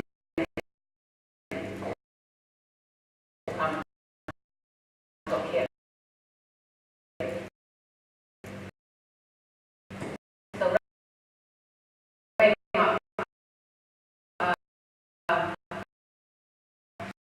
is a book example of what Mr. Baldwin told today, and I was asked to tell about that story, and especially concentrate on the digital world that we live in and how I see it going forward. And I would also like to tell that for Reima, this kind of an environment is an opportunity, definitely. And why that, I will elaborate to you. Going back to Reima is that we are a globally leading brand in kids outerwear. Reima is all about joy of movement. So our mission is to get kids out no matter what the weather, everywhere in the world. We believe that if kids are active, they turn into better adults to be. So that's what Reima is about. 7 million products are sold today, this year, out of which 80%, more than 80% into international markets. We have doubled the net sales during the past 5-6 years. 15% come from own e-commerce. We took digital and e-commerce as the center of the strategy already in 2012. Last year, we launched a Reima Bowl, which is the world's first activity sensor for kids together with Suunto. And actually, it's not about measuring, it's about encouraging kids to be active. Joy of movement is what Reima is about. And as we all Finns know, it's about a good product. Really good quality product, and that is actually the core of the story. 1944, Reima was founded in Kankaanpää. We started to make clothing out of army leftovers, snowsuits. So the brand DNA is there. Durable materials, harsh weather conditions. 60s, 70s, Reima had thousands of workers, many factories in Finland. After the collapse of the Soviet trade in the mid-90s, someone was forced to move the production to Asia. The first one happened. And actually it's the wisest decision someone made in Reima's history. I said, well, that's the only reason why Reima survives today, or is there today. Then power of the company moved from production to supply chain management to B2B sales, being now after 2011, as we were bought by a private equity company, Riverside, a US-based private equity. We have changed the strategy and now moving, integrating vertically towards direct-to-consumer. And this decision was made for 3 reasons. One is that our product, even though it's very good quality, to stay relevant, we need to listen to what people, what consumers say. Secondly, we needed a power balance towards the trade, our biggest customer and still the biggest distribution channel. And third, and maybe the most important, we saw this go digital and decided that we need to be with. I've used analogy of marketplace. The world has turned into a marketplace. By a click on your phone, you actually are virtually in a marketplace, where today's supply is basically indefinite. If we go back to this village that you also showed, about back to the village and marketplace there, people went to the marketplace. There were 2 functions. One was shopping and the other was socializing. Seeing and being seen, but the other one was purchasing goods. We probably had 4 potato booths, or 4 sellers with potato. Demand was defined by supply and physical proximity. You trusted the potato sellers, and most likely they were gatekeepers that had inherited their booth places from their families. So the structure was pretty simple, not complicated at all. What happens now is that by clicking on our phone, we are in a virtual marketplace.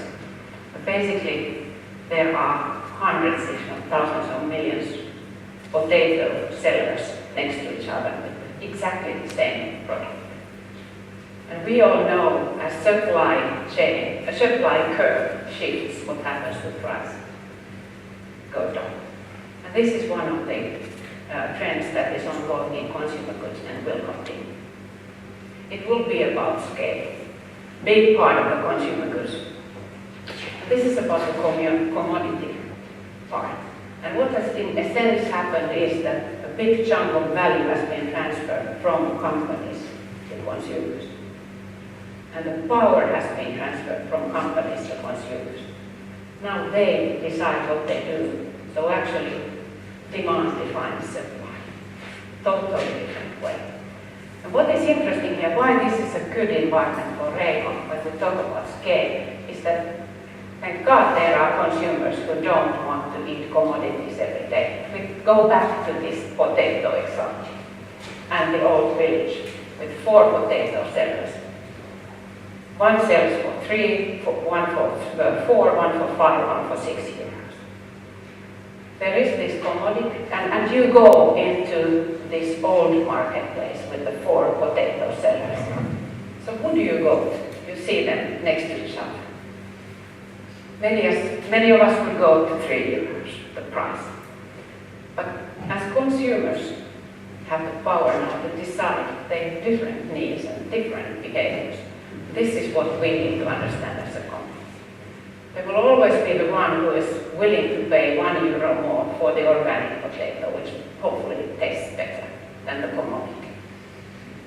There will always be the one who is ready to pay €1 more to get those potatoes peeled and washed, maybe even delivered to your home. And there is always that bunch of people who is ready to pay €5, for €6, or that the potatoes are put in the golden box, the commodities. This is the luxury that we talk about. So there will be this differentiation going forward. And now that when you go to this marketplace and you don't know about it, it's a new city. You enter and you go to the marketplace, you go and see these potato sellers. What do you do if you wonder that, where should I buy? You usually go to your peer. You look for a person that looks kind of like you, and you go and ask them, where would you buy?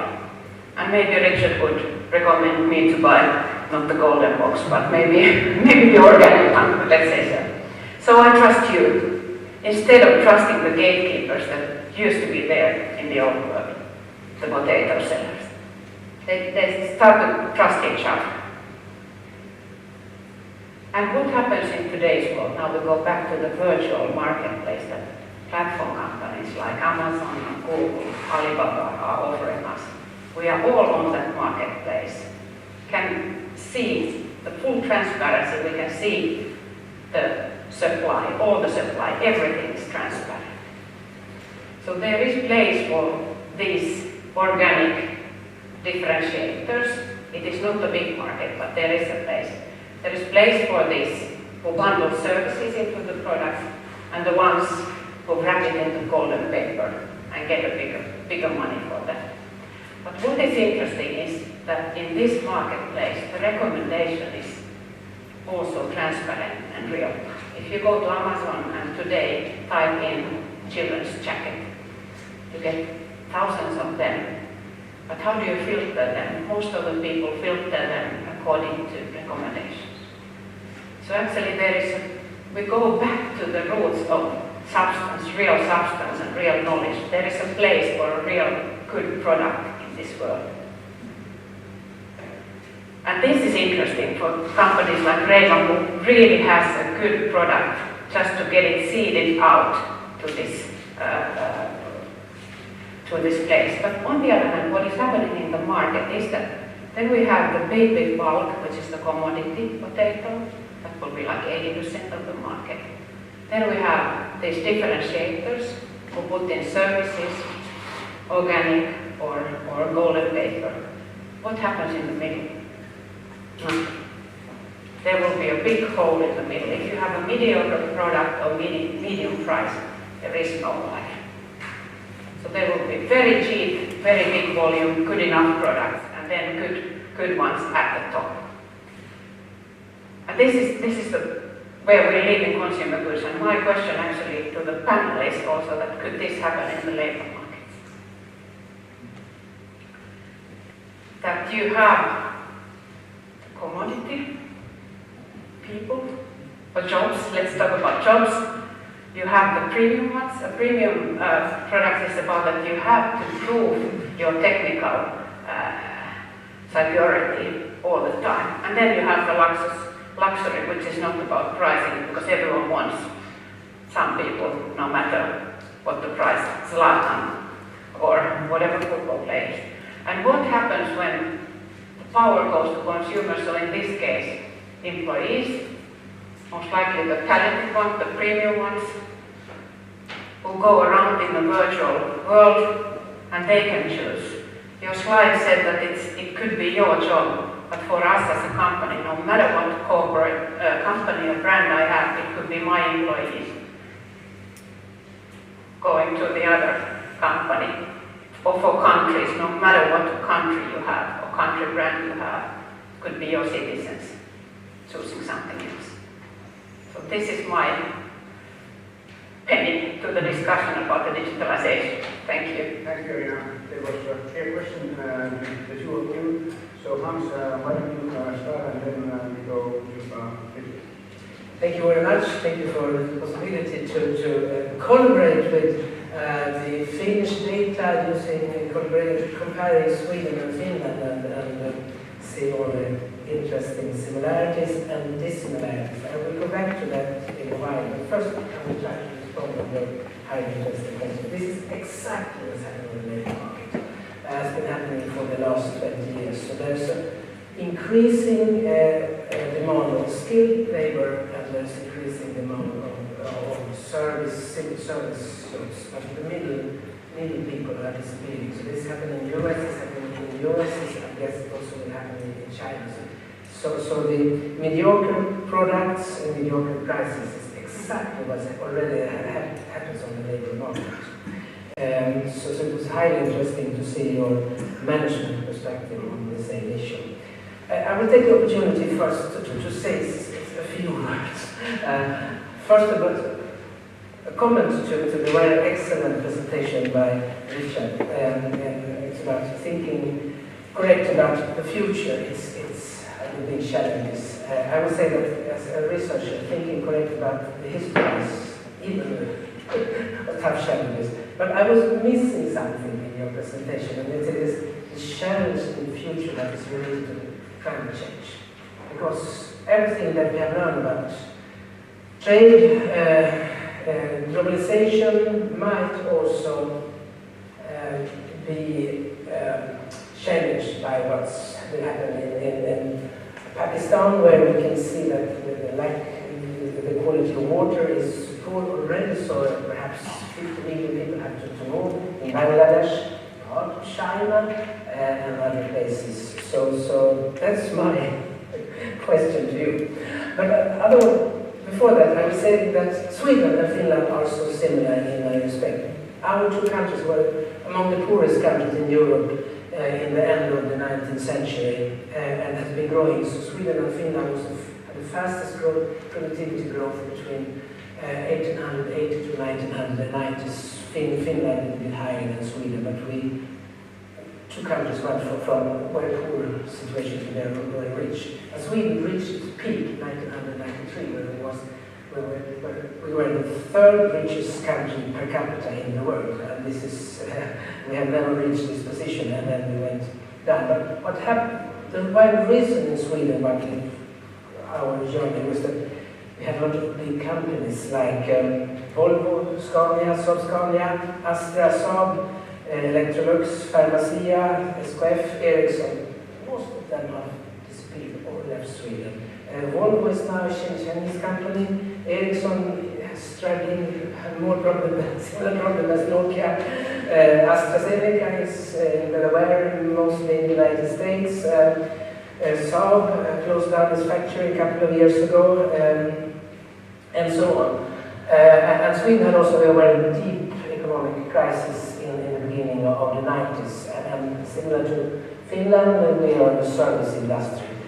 But we can see that the manufacturing industry is still very important. And as we're writing in the report, 50% of the value added in exports is actually coming from the service sectors. They are consultancy, ITC, law, whatever. So they are playing an important role and perhaps even more important. And we have been able also to create new companies like Skype, Spotify, HM, Klarna, Clas Ohlson, IKEA, and so on. So we've been through this process. Things are always continuously changing, and the possibility, the challenge is to adapt to the change. And then what we takes 2 minutes, yes? So what we end our project together with Finland, we went down from the macro level to micro level, and then we're looking at what's happening at the firm level. And then we are trying to understand how important is offshoring for firms. And then we are using a study where we have all manufacturing firms with about 10 employees. And then we're looking which are the determinants to offshore and which is determinants to raise, to the intensity of offshoring. And it is all the good things. high skill level, R&D, innovative, size of the firm, large market. It's the good companies that are also tend to offshore more. And then we're looking at what is the impact, because the main challenge of offshoring in the debate is employment, but also what happened with the productivity and wages. And what we can see that those firms, there's a positive correlation, highly significant correlation with also these good companies. The more they are offshoring, the better the effect on GDP, as we expect. But we can also see that it has a positive impact on the employment. And what's happening on employment is that the firms tend to change employment, so they are increasing demands of skilled labor, and then they are, in this case, reducing the cost of labor. So my issue, my contribution was actually to give you a possibility to respond to the climate change. Okay, please, let's go ahead. So I have a really good answer on climate change. I don't know. And I'm willing to make it up on a lot of stuff, but not on that one. It's important, I would point out, what I'm worried about is driven by explosive growth. Climate change is driven by normal growth. And I think it's something to matter, but in the next 3 to 5 years, climate change is what we should focus on most. Second. To come back to your question, I think Hans gave the right answer about what actually is happening in the middle of the hollowing out of the skill. But I would suggest that that really had a lot to do with the fact that all those workers were involved in making things. And this outsourcing, the second unbundling, essentially commodified fabrication, and that undermined some of the middle skill type things. Whereas the manual workers were protected by high face-to-face costs, and the high-end service workers were competitive globally. And what I'm suggesting is that when the face-to-face costs come down, both the manual workers and the high-end workers will face competition that they have not faced before. And automation will come to both the manual jobs and to high-end service sector jobs. So I think what happened in the middle is going to happen at the ends as well. And why it happened in the middle to a large extent is because they made stuff rather than do stuff. And now we all do stuff, and that's going to happen to us as well. So I want to keep it short. Okay, thank you, Richard. So now we have time for discussion, and I'll take questions and comments in bunch of 2 or 3, and then each of the others have a chance to respond. Oh, there is the first one. Please wait for the microphone. Second one over there. Third one anywhere. Okay, please start. Oh, there, there's the microphone already, so. Okay. So just a quick question. This presentation nicely highlighted the importance of liberalization of finances in the 90s crisis in Finland. I didn't hear very much about that. It was very much about, in Richard's presentation, it was focusing on the kind of production process and improvements in the production process. Very kind of labor-centric view on the kind of 200 years of history. But there is some kind of decoupling of financial global sphere within the production. I would like to hear any ideas that what is financial kind of development place. Okay, very good. Then there is another one. Yeah, first of all, thank you for the very good presentations and interesting presentations. And I'm Matti Mannerheim from technology industries in Finland, and I'm asking Richard about, you told us about this virtual migration, which was strengthening the skilled people jobs in the Western world. And you said that machine translation is the key to this migration. But how about the AI, artificial intelligence, which is much more than just translating the language? I think that is, how do you see that as a threat for the skilled people in the Western world or anywhere in the world actually? Yes, Pekka Singh of Prime Minister's Office. I have a question. Well, also thank you all for very interesting presentations, but I have a question for Professor Baldwin about Jorma Ollila mentioned in his opening words that the growth of trade has diminished recently, and it has been growing from slower than GDP, and that has been a kind of puzzling thing for many people. So how do you link that phenomenon to your theory on the involvement of globalization? Does it fit your picture, and if, then what is your explanation? Please, I think he's already written. Sure. So let me go quickly over finance. I have a more extensive version when I do a little less simplification to clarify. I talk about goods, services, people, capital, and know-how. And I left off capital and services. So capital, I'm less worried about because I think it has been arbitraged. I think we're almost in a world where capital is not scarce. Of course, there are always companies who need some money that they can't get, especially if they're small. But the cost of funding in pure financial capital is not that different anywhere in the world. And it's not really a major constraint. The OECD has started talking about knowledge-based capital, where there's capital bundled together with knowledge. So I don't focus much on that globalization. The other reason I don't focus on it is because you need an entirely different set of modelizations and skills where you have banking crises, financial crises, exchange rate crises, the whole banking sector, information acts differently. So I left that aside. That's one of the choices I had to make. The AI is definitely, of the two, AI is the immediate one.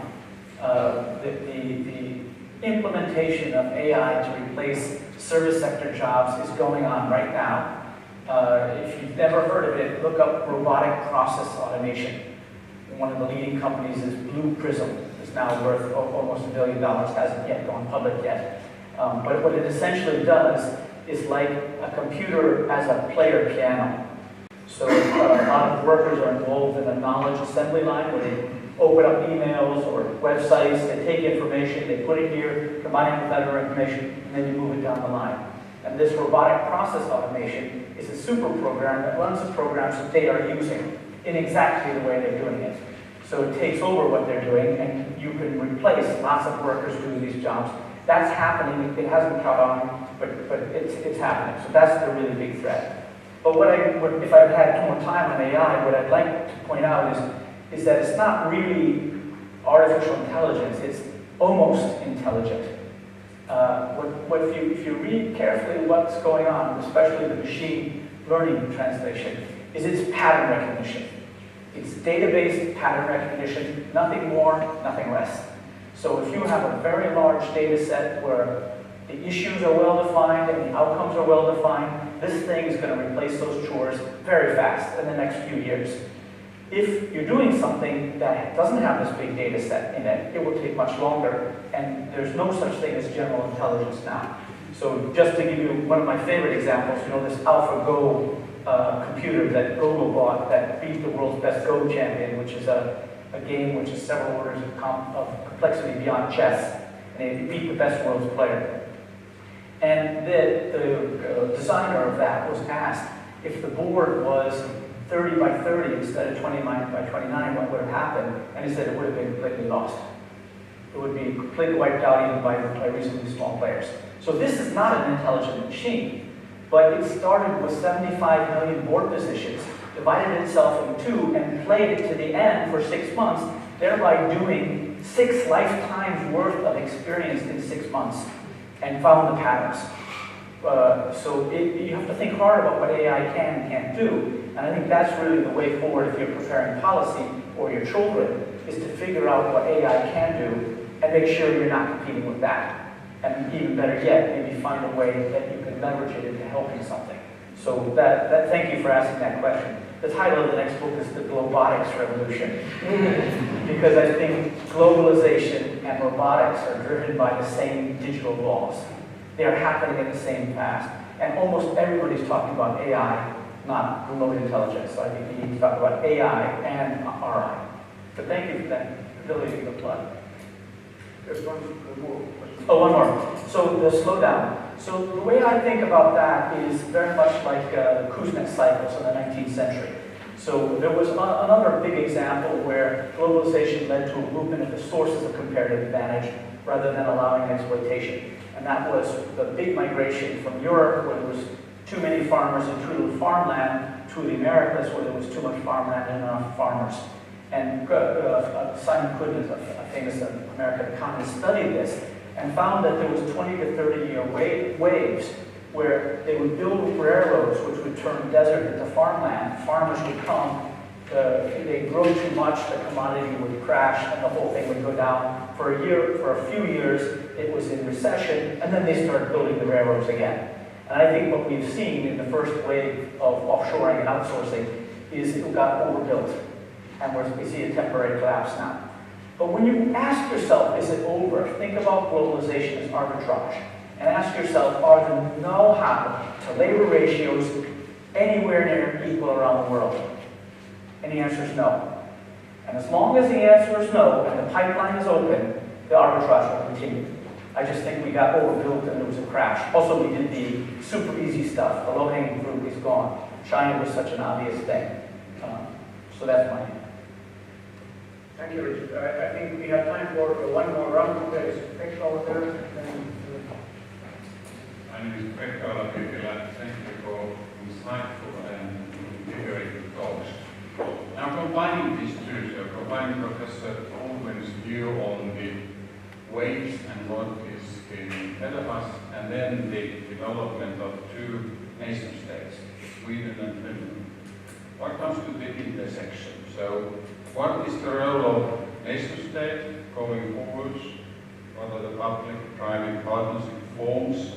And what are the activities in different sectors which would be of paramount importance for countries and then people and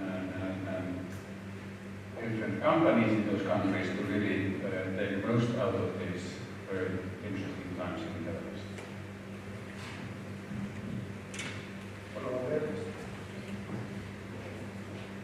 Jan von Gerrit, Nordea. Thanks for very interesting presentations. I'd like to introduce politics to the play. That we all have already seen that services have been lagging in many free trade agreements. So if this loss of jobs is really happening, and in light of what we've already seen in the US, that what kind of president they elected, what kind of risk do you see that before we see the more positive impact, there's at least the need for a change and the short-term negative impacts that you do see increasingly people turning against globalization, electing governments that close the borders or at least stop this kind of migration of jobs that you describe in the third phase. Thanks. Thank you. I think we have to close the round now, but don't worry, there is plenty of time to discuss over the champagne. So, Richard, two broad questions here, and then Hans, if you want to respond. Okay, on the nation state, one of the big themes in my book is the denationalization of comparative advantage. Comparative advantage as a concept was defined at the nation level by convenience, and we still talk about Germany being a high-tech company, or a country, or Finland being a high-tech company. But the truth is, it's German firms who have the high-tech. And now they have the ability to leverage their knowledge with Polish workers as well as German workers. And that has denationalized the whole issue of comparative advantage. And that is a lot of the policy mistakes are still thinking that comparative advantage is a national thing, and national competitive policies promote the nation as a whole, and eventually that'll be good for everybody. So in the book, I have a whole chapter on what it means for developing country policies, and one of the big things I think we have to think about is stickiness as well. Basically, government policy promoting competitiveness has been enhancing factors which give you an edge in the world, whatever they were. And one of the primary ones as a big spillover is R&D. I think we have to add another dimension into that there's big spillovers so industry won't do it, but it also has to stay national. And R&D is not one of those. I mean, statistically it's more concentrated, but for instance, you should think about your government subsidizing stuff which will then be moved abroad to help Polish workers, not Finnish workers. So that's the stickiness of the policy of solutions are to raise the cost of living goods, all of which are wrong, and many of them are being reversed because they realize how quickly they are wrong in a world of global value chains. But what I'm talking about is a neo-Luddite backlash. I think by the midterm elections in the US and definitely by 2020, people won't be talking so much about the wall in Mexico and Islamic terrorism. They'll be talking about technology taking jobs and virtual workers creating unfair competition by international telecommunications. I think there will very soon become a harmonic where everybody realizes these disruptions are driven by technology, not the Mexicans, or the Poles, or the Turks, or whoever. So what I see is a big political backlash, but against technology, in some sense.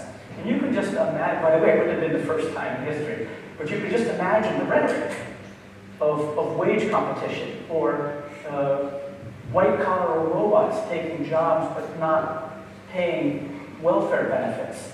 You can imagine these things have essentially marginal cost of zero. AI is a program. It's just a computer program that you run.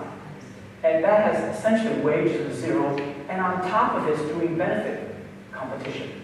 It's not just undermining your wages, it's undermining your workplace rules, health, safety, privacy standards, the welfare system based on jobs. All that's being eroded as well by the AI. And once somebody starts raising that harmonic, I think it will catch on very rapidly. Because, as I was saying, this RPA and the replacement by more sophisticated forms of AI, that's just happening incredibly fast. But people viewing it as strange little stories on the internet. Oh, they did this. Oh, they did that in law. They did this in medicine. They did this in journalism. But those stories are all the same stories. And once somebody puts it together as a political narrative, I think it will take off. So I'm not worried anymore about globalization backlash. I'm worried about the technology backlash. Now, Elina, Thomas, very brief comments. Yes, just a brief comment on the nations and roles of countries. From a regional corporate perspective, in this case, for us, the national boundaries actually has not been anything else during the past 5-6 years, but regulations, different regulations on these products, maybe language, but even that barrier has been overcome. Where I see national governments now taking role is data flows. That they are starting to, let us take Russia or China, so they are starting to fence their marketplaces so that data doesn't flow out, or you have to have your IT systems in different countries, different way. And that I see as the fifth thing on your list of knowledge people, that what happens to data. Arbitrage has to do with heterogeneity, and there seems to be a lot of heterogeneity going on all the time since the Industrial Revolution started. So that will continue even in the most digitalized economy. So I think that there will be the possibility to continuously utilize this arbitration. But nations seems dramatic. Looking at Europe, there's a heterogeneity across nations in Europe. You can have Sweden on one side, we have the highest level of employment ever, and no country, even in Australia, has high level of employment due to all the development of ICT, digitalization, robotisation, and so on. So it seems to be that it's possible to simultaneously increase employment with the technological development, and that's has been since the beginning of the Industrial Revolution. But of course, there are a lot of challenges. But as a major threat, I cannot really see it based on the economic history.